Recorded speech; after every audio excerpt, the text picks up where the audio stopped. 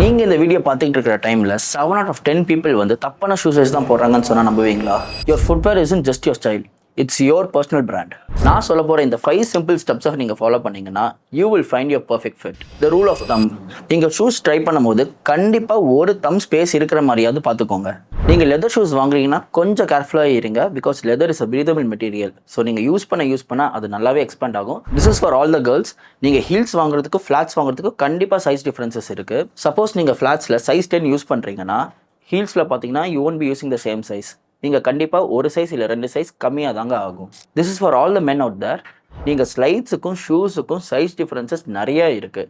Suppose நீங்கள் ஷூஸில் வந்து சைஸ் 9 ப்ரிஃபர் பண்ணுறீங்கன்னா you wouldn't be opting the same size for slides or any open footwear. கண்டிப்பாக ரெண்டுத்துக்கும் சைஸ் டிஃப்ரென்சஸ் இருக்குது.